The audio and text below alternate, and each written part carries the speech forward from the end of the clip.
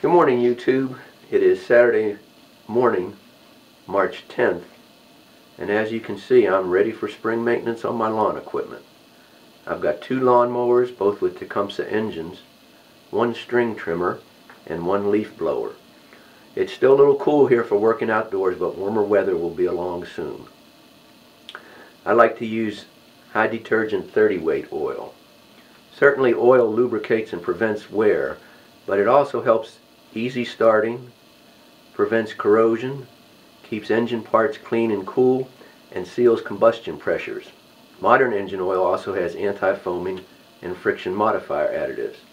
So using the correct motor oil type and grade and changing oil at the recommended intervals is important for all engines, great and small.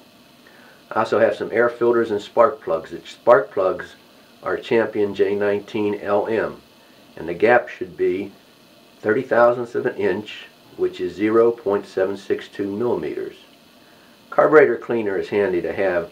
You got to be careful when you use it though, because if you get some in your eyes, it is painful and it's also dangerous. And I've got some starter rope. I rarely need to replace starter cords on my equipment, but my neighbors occasionally ask me to repair theirs. I don't mind doing that. It makes my neighbors more tolerant of the noise I make when I'm tinkering with engines in my backyard. And I've got some fuel hose to replace the fuel lines on my blower, which have deteriorated, I think primarily from age and the ethanol that is in gasoline these days. So, I'm all set for a pleasant afternoon sometime soon out in the fresh air and sunshine with my tools, engines, and some music. I'm not going to post videos of this maintenance work because it's all pretty basic, but if you would like to see some instructional videos of this, Donnie Boy 73 is a good source. And I like to use Sta-Bil to keep fuel fresh.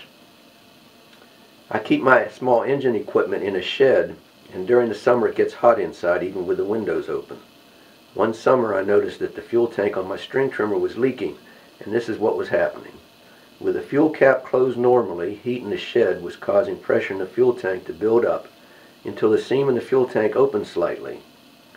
The duckbill valve in the fuel cap allows air to enter the tank, but does not allow vapors to exit the tank. So I started loosening the cap when I was finished. The leaks stopped, and the fuel tank was fine. I gotta look at my notes.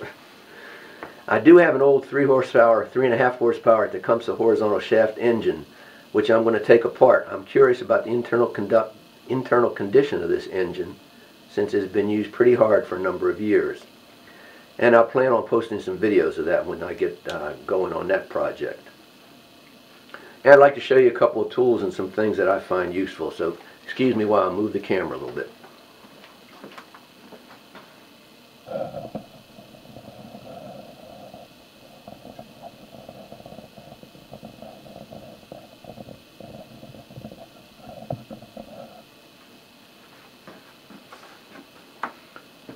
I like to use this assembly lube when I put an engine together on the moving parts.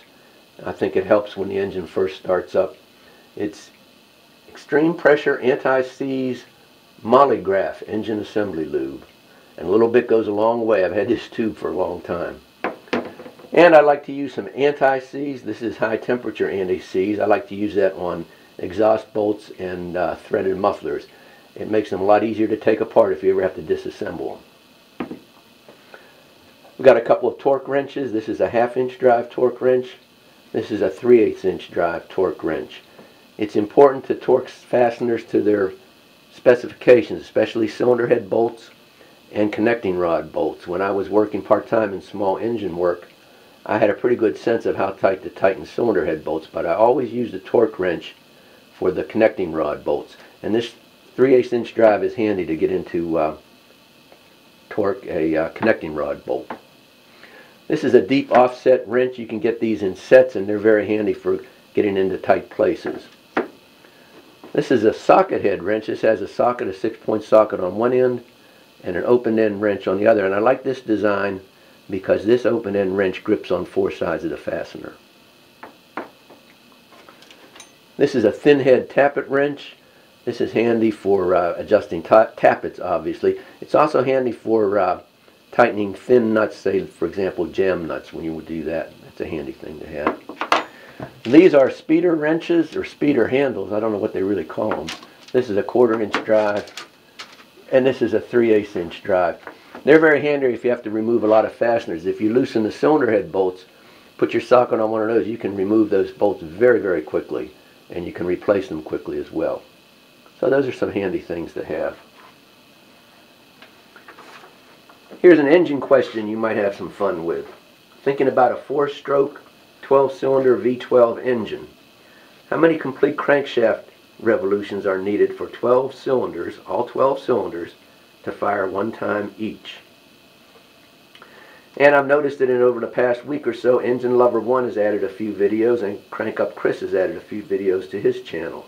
Haven't seen new videos from Mr. Signer 09, but he might be busy with other things. Donnie Boy 73 uploaded his Friday question and answer video yesterday, and he has some other videos on his channel. So that's all good to check out. And before I go, I would like to mention one other YouTube channel I found recently. Mr. Stuart 143. It's all one word, MRSTUART 143. He also works on engines, and he's posted a lot of interesting videos. I especially liked his February 23rd, 2012 Lister A video, because after he starts the engine up, which is very clean, he gets a rag and wipes it down some more. I thought that was very, very interesting. I also think Mr. Stewart 143 has an interest in aviation, which I do as well. So in aviation phonetic alphabet, Mr. Stewart 143 would be Mike, Romeo, Sierra, Tango, Uniform, Alpha, Romeo, Tango 143. So that's it for now. Thank you for watching. Hope you all have a good day. Comments, ratings, and subscriptions are always welcome. Take care.